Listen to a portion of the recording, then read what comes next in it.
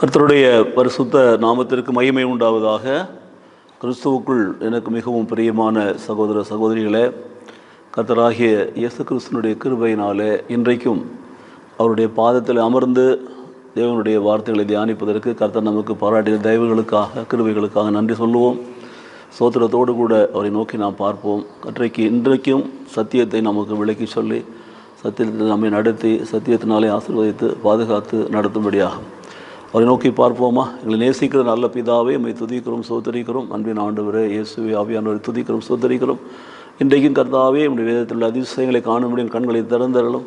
கர்த்தாவே வேதத்தில் உள்ள காரியங்களை விளக்கி எங்களுக்கு சொல்லும். ஆண்டவரே உலக பிரகாரமான சோர்வுகள், பலகீனங்கள், ஆண்டவரே சோதனைகள் எங்களை மேற்கொள்ளாமல் என்றென்றைக்கும் உம்முடைய பிள்ளைகளாக நம்முடைய சமூகத்திலே உமக்கு ஏற்ற பரிசுத்தமுள்ள பிள்ளைகளாக வாழ, உமக்கு பிரியமான காரியங்களை செய்கிற பிள்ளைகளாக நடக்க எங்களை தாழ்த்தி ஒப்பு கொடுத்து ஜெபிக்கிறோம். வசனத்தினாலே பலப்படுத்தும், ஆவினாலே அபிஷேகம். இயேசு கிறிஸ்து நாமத்திலே பிதாவே, ஆமென். பிரியமானவர்களே, சந்தோஷமாக இருக்கிறீங்களா?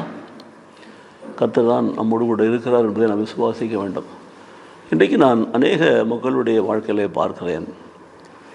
இந்த உலகத்தில் தங்களை ஆண்டவருடைய பிள்ளைகள் என்று சொல்லிக் கொள்கிறவர்கள், தேவனால் தெரிந்து கொள்ளப்பட்டவர் என்று சொல்லி தங்களை அறிமுகப்படுத்துகிறவர்கள், நாங்கள் ஆவிக்குரிய சபையிலே செல்லுகிறோம் என்று சொல்லுகிற மக்கள் எல்லாம் பார்க்கிற பொழுது அவருடைய வாழ்க்கையில் அவர்கள் கர்த்தருக்கு பிரியமான காரியங்களை செய்கிறார்களா, இல்லை உலக மக்கள், உலக உறவுகள், சொந்த பந்தங்கள் அவர்களுக்கு பிரியமான காரியங்களை செய்கிறார்களா?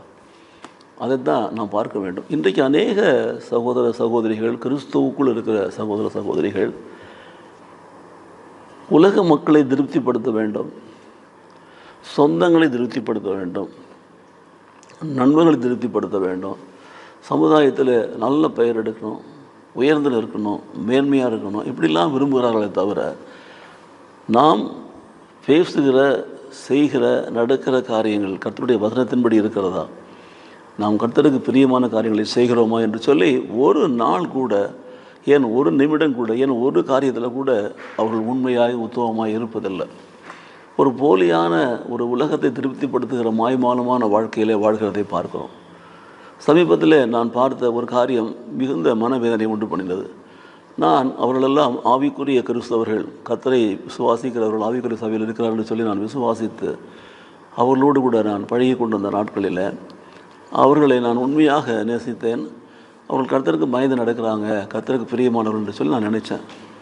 ஆனால் நாட்கள் செல்ல செல்ல பார்க்குறோம், அவருடைய வாழ்க்கையில் வித்தியாசமான காரியங்களை பற்றி கேள்விப்படுகிறோம். நீண்ட நாட்களுக்கு பிற்பாடு பார்க்குற பொழுது கூட நாம் பார்க்குறோம், அவர்கள் உண்மையிலேயே கர்த்தருக்கு பயந்தவர்களாக நடப்பதே கிடையாது, கர்த்தருக்கு பிரியமானது செய்கிறது கிடையாது. ஸோ அவர்களுக்கு பிரியமானதை, அவருடைய விருப்பமானதை அவர்கள் செய்கிற பொழுது அது வேதத்திற்கு விரோதமானதாக இருந்துச்சுன்னா எப்படி அவர்கள் ஆண்டவரை ஆராதிக்க முடியும், ஆண்டவருக்கு பிரியமான பிள்ளைகளை வாழ முடியும்? அவருக்கு பிரியமானது செய்யாமல் நாம் அவருக்கு பிரியமானவர்கள் இருக்க முடியுமா? நாம் எத்தனை நேச பாவிகளாக இருந்தாலும் கர்த்தர் மன்னிக்க ஆயத்தமாக இருக்கிறார், மன்னிக்கிறவராக இருக்கிறார், சேர்த்துக்கொள்ள தயாராக இருக்கிறார். எத்தனை முறை கீழே விழுந்தால் எழுப்பிட தயாராக இருக்கிறார். ஆனால் நாம் நம்ம ஒரு வாடிக்கையாக ஒரு தவறான உறவு, தவறான வாழ்க்கை, தவறான செயல்பாடுகள் தான் நமக்கு நிலையானது, நிரந்தரமானது என்று வாழ்வோம் என்று சொன்னால் நம்முடைய நித்திய வாழ்வு என்ன ஆகிறது, தேவனோடு உள்ள உறவு என்ன ஆகிறது? யோசித்து பாருங்கள். நிறைய பேர் அதை சிந்திக்கிறதே கிடையாது. ஆகவே தங்களை தாங்களே அவர்கள் மேன்மையாக சொல்லிக் கொள்ளுதல், தங்களை தாங்களே உயர்த்தி பேசுதல், அதெல்லாம் நான் பார்க்குறோம். ஒரு சகோதரியிடத்தில் நான் கேட்டேன், இந்த இப்படிப்பட்ட காரியங்கள் காலதாமதம் கொண்டு இருக்கிறது, ஏற்ற காலத்தில் செய்தால் என்ன என்று சொல்லும். கர்த்தர் நித்தமாக நடத்துகிறார், எங்களை நடத்தி கொண்டே இருக்கிறார் என்று சொல்லி. அப்போ கர்த்தர் நடத்தினால் அவர் கர்த்தர் வேதத்தில் சொல்லப்பட்ட காரியங்கள் படி தான் நடத்துவார். அதுக்கு விரோதமாக நடத்துவாரா? கர்த்தர் எங்களை நடத்துகிறார் என்று சொல்லிட்டு வேதத்தில் இல்லாத காரியங்களை செய்து கொண்டிருந்தால் கர்த்தர் எப்படி நடத்துவார்? இப்படிப்பட்ட ஒரு பொய் மாய்மாலம் வாழ்க்கை தேவையா? கர்த்தர் எருசலேம் சுவிசேஷ சபைக்கு இந்த வருடத்தின் துவக்கத்தில் கொடுத்த வாக்குத்தத்தம் அதுதான், உண்மை உள்ள மனுஷன் பரிபூர்ண ஆசீர்வாதங்களை பெற்றுக்கொள்வான் என்று சொல்லி. உண்மையை குறித்து தான் பல முறை சொல்லி கொண்டிருக்கிறோம். பொய் உரைக்கக்கூடாது, பொய் பேசக்கூடாது, கர்த்தருடைய பிள்ளைகள் கர்த்தருக்கு விரோதமான காரியங்களை செய்துவிட்டு அதை மறைக்கக்கூடாது, மாய்மாலம் இப்படியே சொல்லி கொண்டு தான் இருக்கிறோம், போதிக்கிறோம். ஆனால் நடக்கிறோமா? நடக்கிறீர்களா? அப்போது கர்த்தர் அதை பார்க்கிறார். இதுதான் கர்த்தருடைய மனதுக்கு வியாகுலமாக இருக்கிறது, வேதனையாக இருக்கிறது.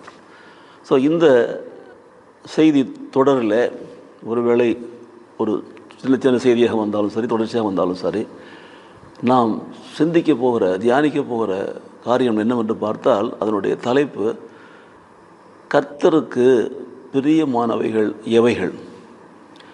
கர்த்தருக்கு பிரியமானவைகள் எல்லாம் என்னென்ன, அவைகளை செய்வதற்கு என்னென்ன வழிகள் உண்டு, அவர்களை செய்வதனால் வரக்கூடிய நன்மைகள் என்ன, அவர்களை ஏன் செய்ய வேண்டும், இதை தான் நாம் பார்க்க போகிறோம்.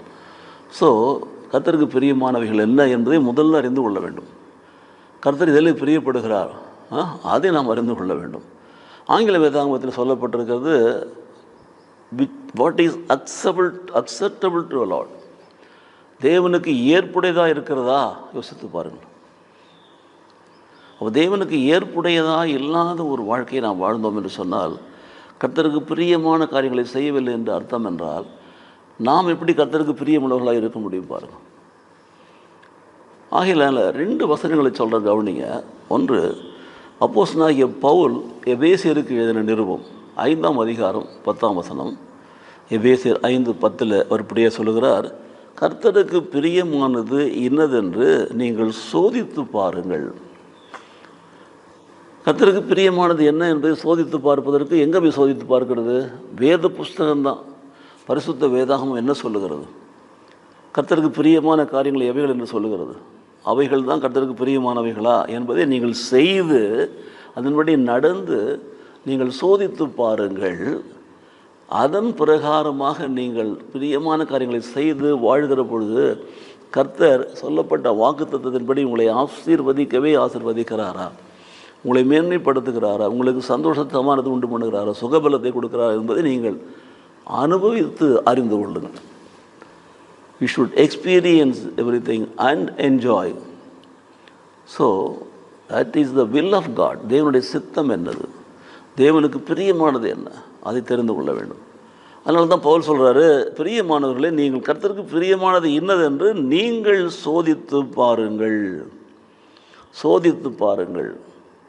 ஒவ்வொரு நாளும் இது கர்த்தருக்கு பிரியமானதா, நான் இப்படிப்பட்டதான ஒரு காரியத்தை நான் தேர்ந்தெடுத்திருக்கிறேனே, இது கர்த்தர் பிரியப்படுவாரா, இது வேத வார்த்தையின்படி சரியாக இருக்கிறதா நாம் செய்கிற காரியங்கள், இது கிறிஸ்துவுக்கு சாட்சி உள்ள வாழ்க்கை எனக்கு கொடுக்கிறதா என்று நீங்கள் சோதித்து பாருங்கள். Number 1, you should examine all things whatever you do in the name of Christ, saying that you have been saved and you are living in the Spirit with the Spirit of God. Then examine whether it is acceptable to the Lord Jesus Christ. If it is so, it's okay. Otherwise, you have to correct yourself. பிரியமானது இன்னதென்று நீங்கள் சோதித்து பாருங்கள் என்று சொல்லப்பட்டிருக்கிறது. Let us examine and find out what is acceptable to the Lord. அதை கண்டுபிடிக்கணும். 1 எபேசியர் 5:10 சொல்கிற காரியங்கள் பாருங்கள். 2வதாக பாருங்கள், சங்கீதம் 143:10 சங்கீதக்காரன் சொல்கிறான், உமக்கு பிரியமானதை செய்ய நீர் எனக்கு போதித்தரணும். இது தாவீதின் சங்கீதம் என்று அழைக்கப்படுகிறது. இந்த சங்கீதம் இப்படி ஆரம்பிக்கிறது, கர்த்தாவே என் ஜெபத்தை கேளும், என் விண்ணப்பங்களுக்கு செவி கொடும், உமது உண்மையின்படியும் உமது நீதியின்படியும் எனக்கு உத்தரவுகளை செய்யும் ஆரம்பிக்கிற சங்கீதத்தில் 10ஆம் வசனத்தில் சொல்லப்பட்டிருக்கிறது, உமக்கு பிரியமானதை செய்ய எனக்கு போதித்தரணும். எனக்கு போதித்தரணும். டீச் மீ ஓ லார்ட். நீரே என் தேவன், நீர்தான் என் தேவன், உம்முடைய நல்ல ஆவி என்னை செம்மையான வழியிலே நடத்துவாராக. நடத்த வேண்டியது தேவனுடைய பரிசுத்த ஆவியானவர், செம்மையான ஆவி. அவர் நடத்துகிற பொழுது அவருக்கு ஏற்ற பரிசுத்தமுள்ள, உண்மையுள்ள, உத்தமமான, செம்மையான, பிரியமான வழியிலே நடத்துவார். ஆகவே அவர்தான் என் தேவன் என்று சொன்னால் நீங்கள் அவர் சொல்வதின்படி நடக்கணும். அவர் சொல்வதை தான் கேட்கணும். நீங்கள் கர்த்தருக்கு ஆலோசனை சொல்ல முடியுமா? இன்றைக்கி சபையில் இருக்கிற போதகர்களுக்கு நிறைய பேர் ஆலோசனை சொல்லுவாங்க. நம்ம அவர்களுக்கு ஒரு வேலை கொடுத்தாலோ அல்லது ஒரு காரியத்தை அவரிடத்தில் கேட்டுக்கொண்டாலோ அவரிடத்தில் நம்ம எதிர்பார்ப்பதை சொன்னாலோ அவர்கள் என்ன சொல்லுவாங்கன்னா, நமக்கு ஒரு வேலை கொடுப்பாங்க, நமக்கு ஒரு காரியத்தை அவங்க செய்வாங்க, நம்மளை விட ஞானியாக காட்டிக்குவாங்க. அப்போ நம்ம செய்யறதுல ஏன் ஆண்டவரிடத்தில் கேள்வி கேட்க முடியுமா? உங்களை வேதத்தின்படி நடத்துகிற போதகர் இடத்துல போய் நீ நடந்துக்கிட்டீங்கன்னா இந்த மாதிரி, how can you expect a preacher or a pastor of your church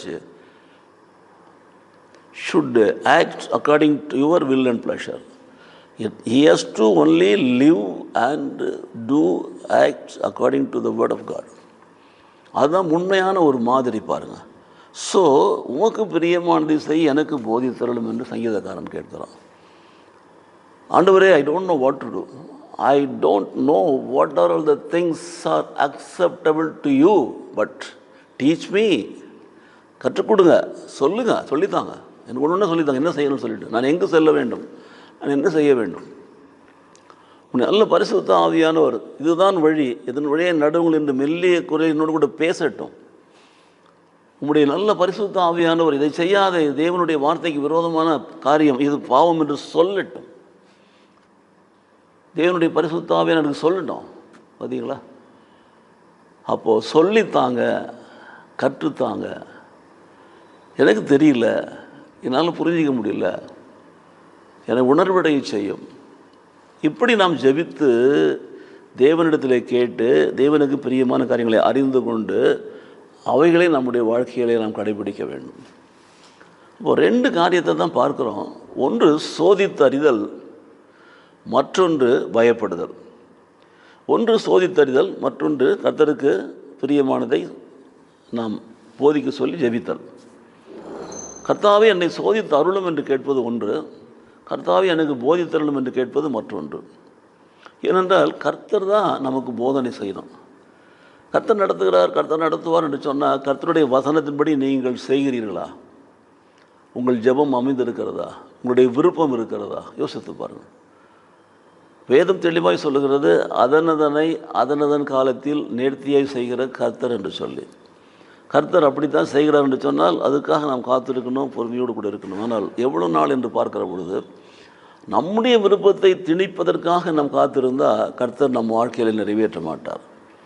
தேவனுடைய விருப்பத்திற்கு நம்மை உட்படுத்தினால் கர்த்தர் நம் வாழ்க்கையில் நடத்தி கொடுப்பார்.